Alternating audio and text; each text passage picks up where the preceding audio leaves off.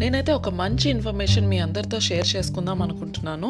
అదేంటంటే చాలామంది అబ్రాడ్‌లో చదువుకోవాలి అని అనుకుంటారు కానీ వాళ్ళకి ఇనఫ్ అమౌంట్ లేక చాలామంది డ్రాప్ అవుతూ ఉంటారు కదా!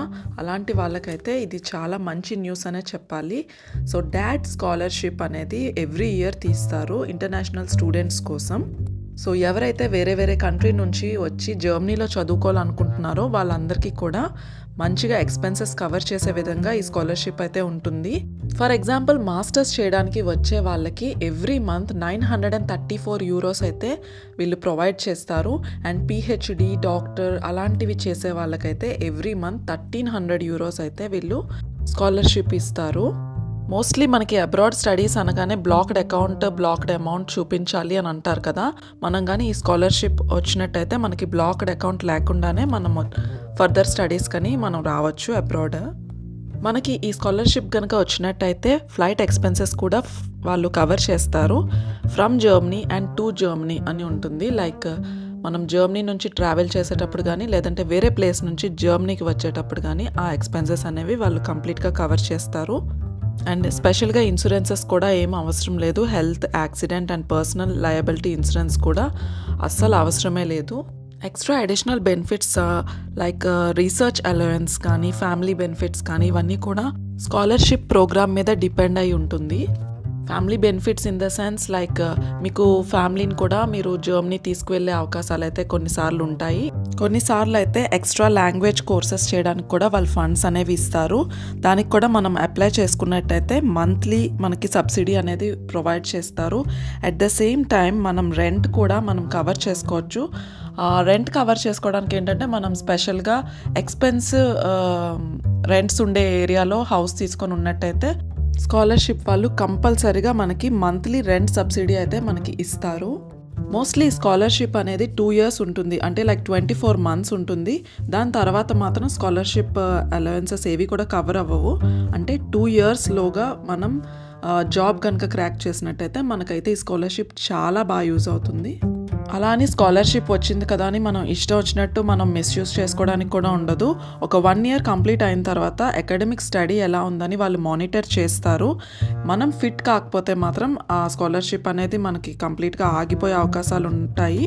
లేదు మన స్టడీస్ అంతా కంప్లీట్గా బాగానే ఉన్నాయి, అంత ట్రాక్లోనే వెళ్తుంది అంటే డెఫినెట్లీ 2nd year కూడా వాళ్ళు స్కాలర్షిప్ కంటిన్యూ చేస్తారు. ఇది చాలా మంచి స్కాలర్షిప్ అవడం వల్ల ప్రతి ఒక్కరికి వచ్చే అవకాశం అయితే చాలా తక్కువ ఉంటుంది. అసలు ఫస్ట్ ఈ స్కాలర్షిప్ రావాలంటే ఏం చేయాలి? ఫస్ట్ మనం డిగ్రీని ఎన్రోల్ చేసుకోవాలి. అంటే ఒక స్టేట్ రికగ్నైజ్డ్ యూనివర్సిటీ, అది కూడా జర్మనీలోని మనం ఎన్రోల్ చేసుకొని ఉండాలి.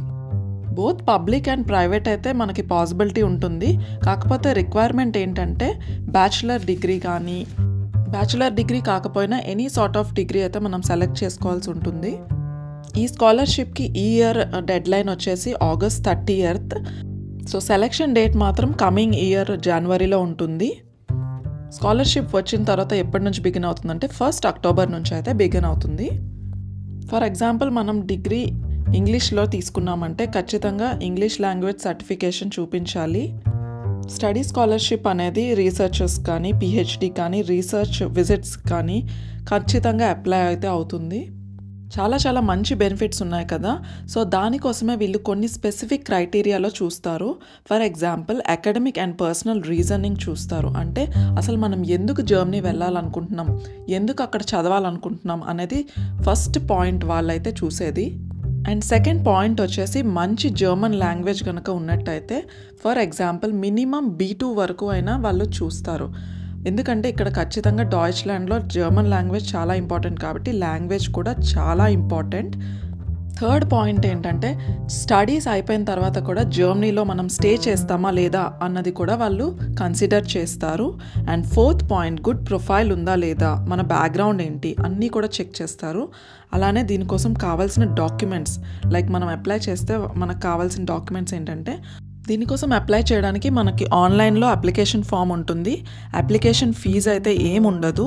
దానికోసం మనం సబ్మిట్ చేయాల్సిన డాక్యుమెంట్స్ ప్రాపర్ CV, కంప్లీట్గా డీటెయిల్డ్ CV అయితే ఉండాలి. 1 to 3 pages వరకు ఉండొచ్చు. సో లెటర్ ఆఫ్ మోటివేషన్ కూడా ఇంపార్టెంట్. ఏంటంటే మన కంప్లీట్ గోల్స్ ఏంటి, అసలు మనం ఏం చేయాలనుకుంటున్నాం అందులో మనం డీటెయిల్డ్గా రాస్తే వాళ్ళు ఖచ్చితంగా కన్సిడర్ చేస్తారు. And letter of admission and at the same time language certification proof. మనం ఏదైనా కనుక లాంగ్వేజ్ నేర్చుకున్నట్టయితే కంపల్సరీగా లాంగ్వేజ్ సర్టిఫికేషన్ ప్రూఫ్ని మనం అటాచ్ చేసినట్టయితే ఇంకొంచెం స్ట్రాంగ్ అవుతుంది మనకు ఎలిజిబిలిటీ క్రైటీరియా.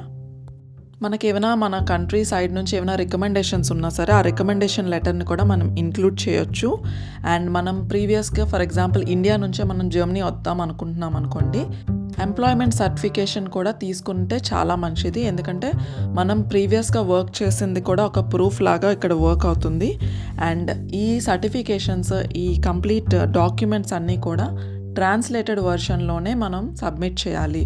అంటే ఇంగ్లీష్లో కాకుండా జర్మన్ లాంగ్వేజ్లో మనం ట్రాన్స్లేట్ చేసి కంప్లీట్గా ప్రొవైడ్ చేయాల్సి అయితే ఉంటుంది. ఇంకా ఇవన్నీ చెప్పినా కూడా చాలా చాలా డౌట్స్ అయితే మీ మైండ్లో అరైజ్ అవుతూ ఉంటాయి. సో దానికోసమే ఈ డాడ్ స్కాలర్షిప్ ఆన్లైన్లోని మనకి FAQ క్వశ్చన్స్ అనే ఉంటుంది. దాన్ని కనుక మనం క్లిక్ చేసినట్టయితే మనం ఏ డౌట్ అయినా సరే క్లారిఫై చేసుకోవచ్చు. అట్ ద సేమ్ టైం ఆ డాడ్ స్కాలర్షిప్ ఏదైతే మనం FAQ క్వశ్చన్స్ కోసం నేను చెప్తున్నానో అంతా కూడా కంప్లీట్ ఇంగ్లీష్లోనే ఉంటుంది. So nothing to worry. A doubt వచ్చినా సరే మీరు కంప్లీట్ డీటెయిల్స్ అన్నీ కూడా ఆ పలానా వెబ్సైట్లో అయితే చూడొచ్చు. నిజంగా జర్మనీలో మాస్టర్స్ చేయాలి, బాగా చదువుకోవాలి అని ఎవరికైనా మోటివేషన్ ఉండి అటువంటి ఇంట్రెస్ట్ ఉన్న వాళ్ళకైతే ఈ వీడియో చాలా హెల్ప్ అవుతుంది. సో అలాంటి వాళ్ళకి ఖచ్చితంగా ఈ వీడియోని అయితే ఫార్వర్డ్ చేయండి. అండ్ వీడియోలో ఇంకా ఏమైనా డౌట్స్ ఉన్నట్టయితే నా కమెంట్ సెక్షన్లో మీరు కమెంట్ చేసినా నేను క్లారిఫై చేస్తాను. అప్లై చేసినంత మాత్రాన కంపల్సరీగా వస్తుందని అయితే కాదు, కాకపోతే జస్ట్ మనం ట్రై చేయడంలో అయితే తప్పు లేదు కదా. ఒక అవకాశం అయితే వచ్చే ఆప్షన్ ఉంది కాబట్టి నేనైతే ఈ వీడియోని చేసి మీకు పెడుతున్నాను. సో ఈ వీడియో కనుక మీకు చాలా యూస్ఫుల్గా అనిపిస్తే ఎవరికైనా నీడ్ ఉన్న వాళ్ళకైతే ఖచ్చితంగా ఫార్వర్డ్ చేయండి. ఇంకా ఏమైనా ఇన్ఫర్మేషన్ మీకు అర్థం కాకపోతే నన్ను ప్లీజ్ అడగండి. ఈ వీడియో అవసరమైన వాళ్ళకి ఒక్కరికి యూజ్ అయినా సరే అది నాకు చాలా సంతోషాన్ని ఇస్తుంది. ఎందుకంటే ఇలాంటి ఇన్ఫర్మేషన్ తెలియక చాలామంది వాళ్ళ డ్రీమ్స్ని అయితే ఫుల్ఫిల్ చేసుకోలేకపోతున్నారు. సో నా వీడియో ఒక్కరికి యూజ్ అయినా సరే నాకు అది చాలా సంతోషం.